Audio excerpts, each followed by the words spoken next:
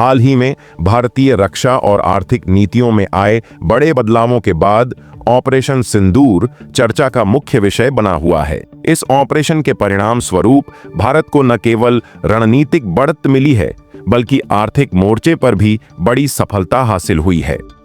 अंतर्राष्ट्रीय मुद्रा कोष IMF ने भारत की अर्थव्यवस्था को लेकर बड़ा बयान दिया है और इसे वैश्विक स्तर पर तेजी से उभरती हुई अर्थव्यवस्था बताया है। हालांकि सरकार की ओर से ऑपरेशन सिंदूर पर आधिकारिक रूप से ज्यादा जानकारी नहीं दी गई है, लेकिन सूत्रों के अनुसार यह ऑपरेशन रक्षा, ऊर्जा और कूटनीतिक साझेदारियों से जुड़ा है। इस पहल के तहत भारत ने न केवल अपनी सैन्य क्षमताओं को बढ़ाया, बल्कि अंतर्राष्ट्रीय बाजारों में भी मजबूत निवेश आकर्षित किया है। ऑपरेशन सिंदूर के बाद भारत में विदेशी निवेशकों का रुझान तेजी से बढ़ा है। अमेरिका, यूरोप और खाड़ी देशों से भारी मात्रा में डॉलर का निवेश भारतीय इंफ्रास्ट्रक्चर, टेक्नोलॉजी और ऊर्जा क्षेत्रों में हो रहा है। इसके चलते शेयर बाजार में तेजी देखने को मिली है और रुपये की स्थिति भी स्थिर बनी हुई है। प्रधानमंत्री नरेंद्र मोदी की सरकार द्वारा उठाए गए कड़े लेकिन दूरदर्शी आर्थिक कदमों की वजह से भारत निवेश के लिए एक आकर्षक गंतव्य बन चुका है।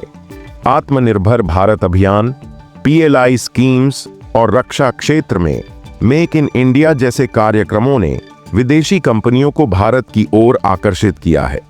अमेरिका के राष्ट्रपति डोनाल्ड ट्रंप और चीन के राष्ट्रपति शी जिनपिंग की प्रतिक्रियाओं से स्पष्ट है कि भारत की हालिया प्रगति ने वैश्विक शक्ति संतुलन को प्रभावित किया है। अमेरिका भारत को एक मजबूत साझेदार के रूप में देख रहा है, जबकि चीन भारत की प्रगति पर चिंता जाहिर कर रहा है। IMF ने हालिया रिपोर्ट में कहा है कि भारत अगले कुछ वर्षों में दुनिया की तीसरी सबसे बड़ी अर्थव्यवस्था बनने की ओर अग्रसर है। रिपोर्ट में कहा गया है कि भारत की युवा जनसंख्या, तेजी से बढ़ती तकनीकी क्षमता और उद्यमशीलता इस आर्थिक विकास के मूल स्तंभ हैं।